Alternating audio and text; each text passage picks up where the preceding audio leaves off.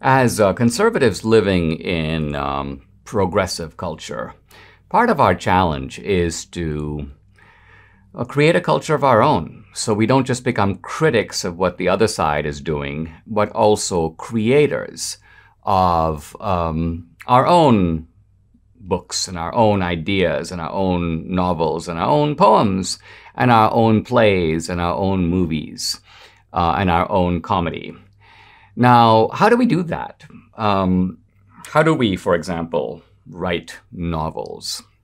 Fortunately, there's an interesting book I want to talk about. It's called Letters to a Young Novelist.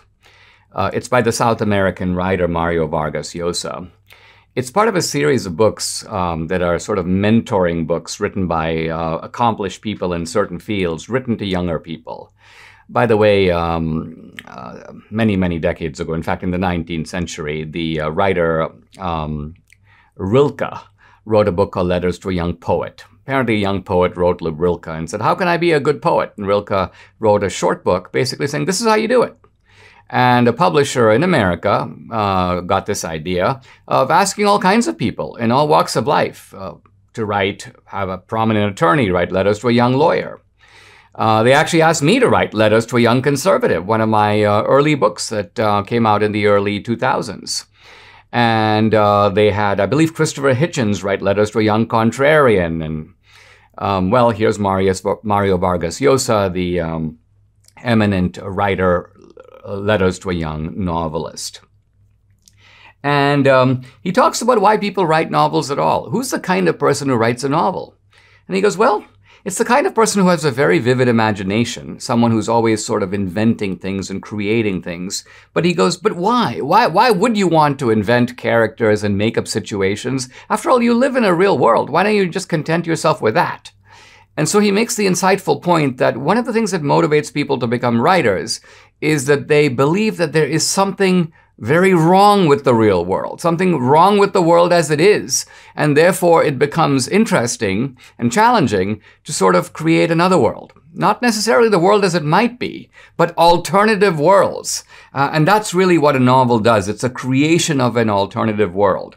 Vargas Llosa makes a very interesting point. He says, fiction is a lie because none of those people really exist. But he goes, it is a lie covering up a deep truth. He goes, it's the opposite of history, because history is kind of, this is what happened. Fiction is, this is what didn't happen, but I want you to read it anyway. And of course, the interesting question is, why would someone want to do that? Vargas Llosa talks about how the writer's life is a little bit of a form of captivity. He gives a kind of vivid example. He says, as a friend of his, one time, who swallowed a tapeworm. This guy hangs out with interesting people, but he says in the early 60s in Paris, a friend of mine, Jose Maria, swallowed the tapeworm. And apparently the tapeworm kind of sets itself up inside your body. You can't really expel it. It colonizes your body. And then I'm now quoting this Spanish writer, the fellow who swallowed the tapeworm. He's talking to Mario Vargas Llosa. He goes, yeah, me and the tapeworm, we do many things together. We go to theaters, exhibitions, bookstores. We spend hours discussing politics, books, films. And he says, and you might think I do these things for the reason you do, because I enjoy them. But you're wrong. I do them all for the tapeworm. That's how it seems to me. My whole life is no longer lived for my sake, but for the sake of what I carry inside me. And basically, Mario Vargas Llosa is saying that when you write a novel, your novel is the tapeworm. It's going to kind of consume you. It's going to take you over. And it's going to be very difficult for you to expel, at least not until you have somehow finished the novel and then you've delivered the tapeworm, so to speak, to the world. Now, he goes on to talk about the fact that writers base their plots, their characters, on people they know. So you don't have such a thing as a writer who is able to sort of conjure up a world out of nothing. People conjure up a world out of their own experience. And yet, it is not sufficient, he says in a novel, just to take your experience and deliver it in fictional form. I'm going to take 8 guys I know, I'm going to make them the main characters, I'm just going to describe what I think their interactions with each other will be, and boom, I have a novel. No.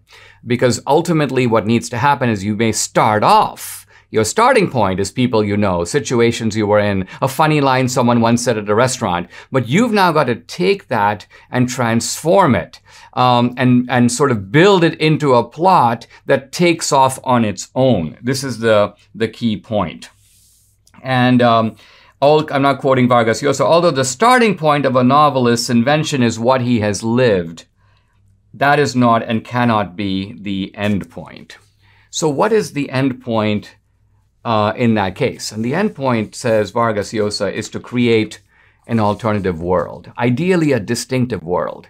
You know, when you're in Hemingway's fiction, it's got to be Hemingway. Nobody else can write like that. No one else can create worlds like that. That's Hemingway's world. The same is true of Dostoevsky. In the Dostoevskian novel, even the eccentricities of the characters, these must have been to some degree people Dostoevsky knew, but he's made it into a Dostoevskian universe that resembles Russia in the 19th century, but not totally. Why? Because it's only Dostoevsky who can create that world. We're living, in a sense, inside Dostoevsky's own head. So Vargas Llosa ends by making the point that the novelist is he calls him, quote, a trickster and a swindler. He's a swindler. Why? Because the novelist, even though creating an artificial world, a lie, as Vargas Llosa says, nevertheless, the lie is so believable that you begin to think it contains a deeper truth than reality itself. You're able to finish a novel like Crime and Punishment, and you feel you have more insight into the human condition having read that than having lived, let's say, 10 years and talked to Tom, Dick, and Harry and explored all their experiences. So real life is not as, quote, real as the novel. The novel, in a sense, and this is what Vargas Llosa calls the novel's, quote, power of persuasion. It is the power to persuade you to sort of enter my world, become part of it, and see in it, even through its fictional characters, a completely internally coherent, plausible world, one that is able to deliver, at least by its conclusion, more truth than one can get from life itself.